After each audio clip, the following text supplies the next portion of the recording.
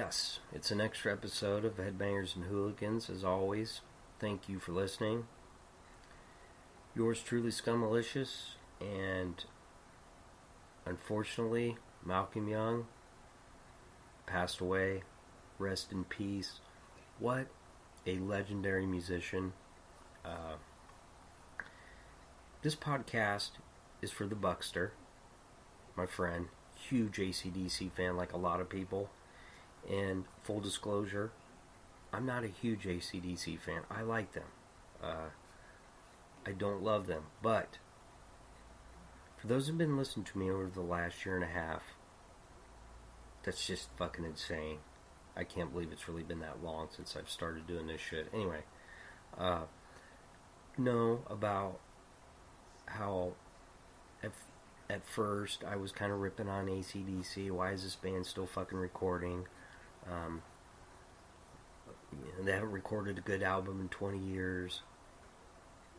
And the more I thought about it,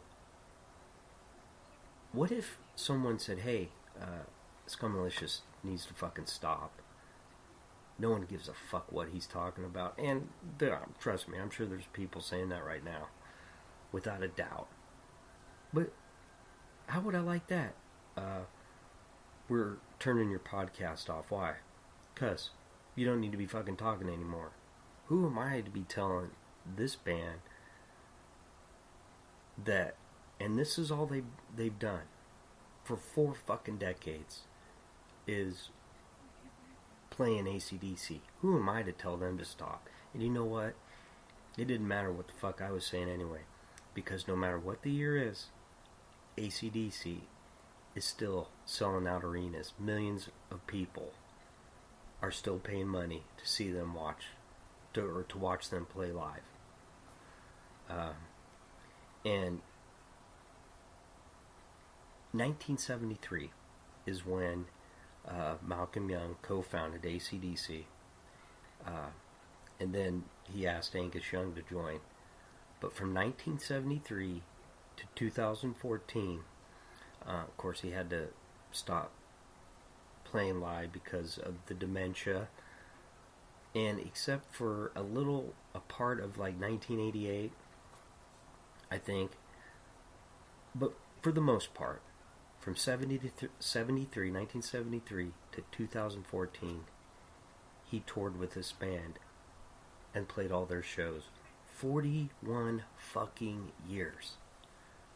Incredible. Think about all the bands that have come and gone in 4 decades. It's amazing. And I'm gonna kind of go guitar geek or guitar nerd just for a little bit. I want to talk about his main guitar, the 1963 Gretsch Jet Firebird. You gotta love the nickname of this guitar, the Beast. Fuck yeah. If you're the rhythm guitarist for AC/DC, the nickname better be the Beast. It just makes perfect sense, right? And he took 2 pickups off of it, because it originally had 3, and he just left the bridge pickup. And of course, he used 12 gauge strings.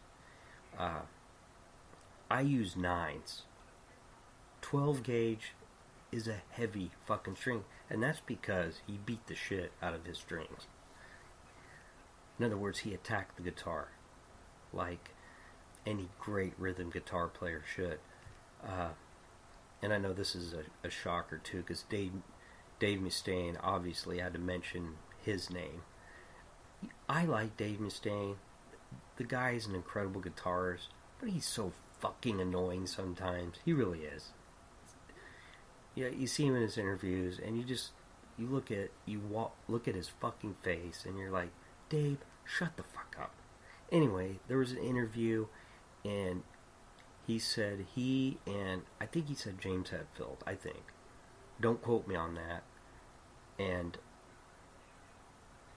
Malcolm Young, those 3 guys were the greatest rhythm guitar players to ever live. I disagree. I think it's Malcolm Young and Steve Clark of Def Leppard. But that's another discussion for another day.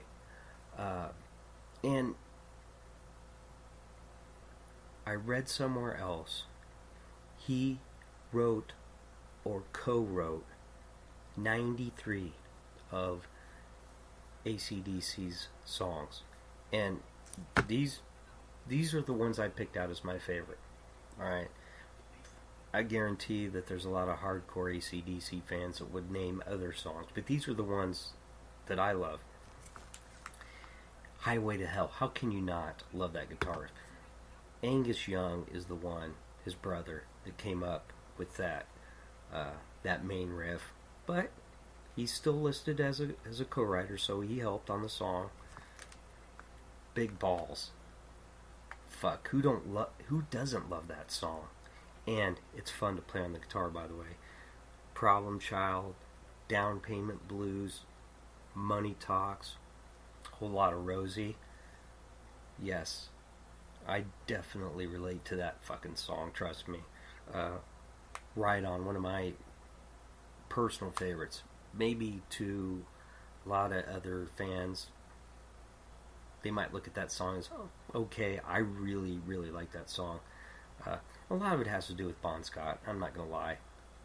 And just the way he sang the song. And then, of course, Back in Black, that iconic riff. But, you know, there's a shitload of other songs that, like I said, that other people would name as their favorites. But that's what's awesome about him. And I love the guitar gods. You know, I like Joe Satriani and Eric Johnson and Yngwie Malmsteen and guys that play 1,000 notes a second.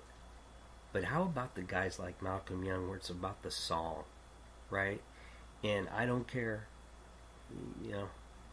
Well, they wrote the same fucking album for 40 years. Yeah, and guess what? They keep selling millions and millions of those albums, so they're doing something right. Which goes to tell you, simple is okay, and I say that all the time. The Sex Pistols are in the Rock and Roll Hall of Fame. The Ramones are in the Rock and Roll Hall of Fame. AC/DC is in the Rock and Roll Hall of Fame. You don't have to be a monster on guitar to write good music. And people will be listening to AC/DC 50 years from now when I'm dead and gone. Talk about leaving an impact on the music industry. Just a tremendous talent. And I've mentioned this before too. Wow, that's a real complicated song. Have you ever wrote a song? Yeah, maybe it sounds easy. Not a lot of people can write songs that people give a shit about. He helped write songs that people have been singing for 4 decades. You know, so all the fucking haters on Twitter, because I've already gotten a couple arguments with the fucking trolls on there. I know. People say, why do you engage with these idiots? Because I can't help it. When you're fucking stupid, I gotta call you out on it. Whatever you say about his formula, he was pretty fucking good at it. And he's pretty much, to me, right along with Steve Clark, the two best rhythm guitarists to ever live. The songs that they wrote, it's just incredible. To me, that is way harder to do than come up with a crazy, a minute guitar solo. And I love guitar solos. But it's about the song. People want to hear good songs, and that's what he did. They stick in your fucking head, and that's why every fucking keg party you go to in the backyard, who's playing? AC/DC, You Shook Me All Night Long. And let me tell you something, I'm so sick of that fucking song that I could throw up. But there's a reason why it never dies. Because it's a good fucking song. It's that simple. Whether I love it or hate it. And you know, it's just like his brother Angus. Tremendous guitarist himself. And A lot of people talk about him, but when you break it down and you look at AC/DC and their entire discography, it's Malcolm Young. He really is the glue, behind the band.